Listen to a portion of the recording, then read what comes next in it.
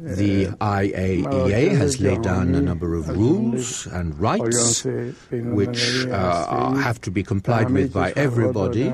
These regulations were defined by this agency, and we have also signed non-proliferation agreements, and we have the right to produce, and the agency knows this, and the agency should support our endeavor. The Americans and Europe are often accusing Iran of trying to develop nuclear weapons. Do you believe that sanctions, or recent sanctions looming over Iran may have a sway on the case in point? Several times we have expressed the view that we are against this, and we want nuclear weapons to be banned from the world, from the earth. But I think there are other expectations regarding this issue, and we are prepared to open our country to inspectors for compliance with non-proliferation. But they want more than that. Now, when talking to Iranians, and insofar as sanctions, some of those Iranians in the streets were quite concerned of the consequences this may have on the economic system, inflation, and the country's general situation. Do you agree with those observations? Of course, we are against sanctions, and because they are unfair, they are unjust, and very negative for us. But regarding our rights, we don't want to give up our rights. And since the revolution, we have always been under sanctions.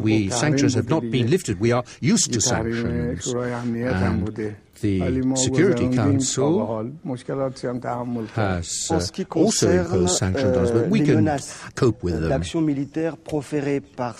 Now, the military sanctions or threats expressed by political leaders in the United States or Israel, what is your position with regards to those threats?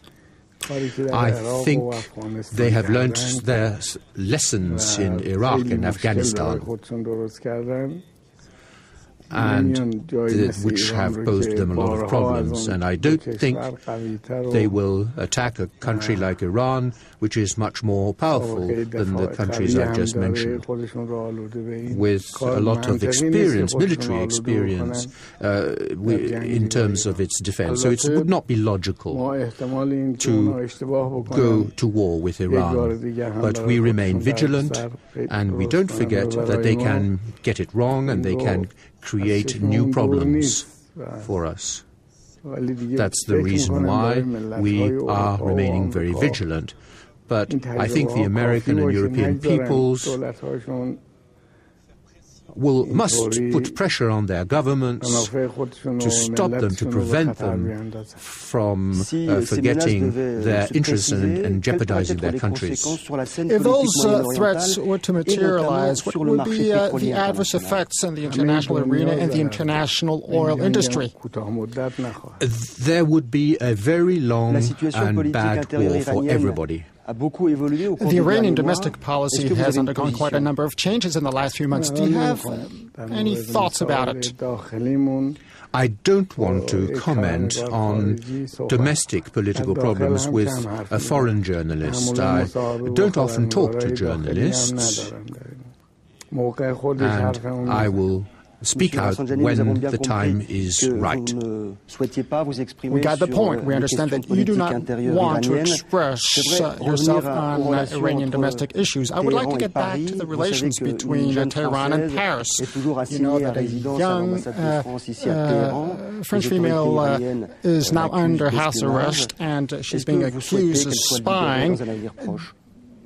Would you like her to be released in the near future? I don't know this case very well from a legal point of view. Discussions are underway with France. Discussions which have been reported by the press. I want the right decisions to be made. Those relations between France and Iran, those trade relations, can those trade relations may have adverse effects on Total, the French oil company in Iran? Of course, there will always be a connection, but that's true for every country in the world. The best solution is to have good relations, to work hand in hand together. But we don't accept to be put under pressure.